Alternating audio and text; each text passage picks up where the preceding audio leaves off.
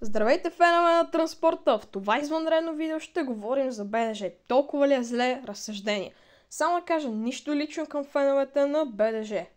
Ами да, експертът по транспорт Вижорян Апелян сам казва: държавата ни гони конкуренцията на БДЖ. А тя какво прави в замяна? Нищо! Но и друг проблем са средствата.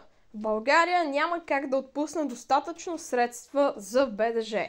Просто защото в 85% населени места можем да стигнем с влак в страната ни. Ами да, това е много и според мен БДЖ малко прекаляват, защото толкова много не мисля, че има достатъчно средства и хора, които да го поддържат.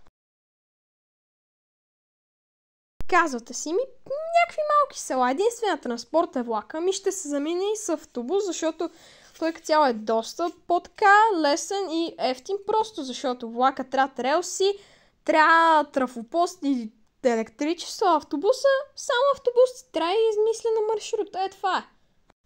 И за да подобрят като цяло БДЖ качеството на някои пътувания, първо трябва да се стегнат и не да ми пропускат цистерни. Просто това как не се срамут тия хора, бе, човек.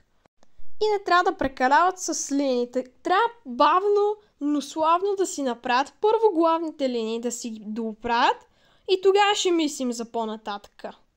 И сега за всеизвестните закъсненица на БДЖ просто искам да кажа, че проблема е, че има един коловоз и оттам няма как да се срещнат по средата, защото няма средства за втори коловоз и така. И просто стават някакви проблеми с разписанията и просто единия трябва да изчака и тия участъци не са 5-6 км, а понякога и 50 и това е един доста гаден проблем.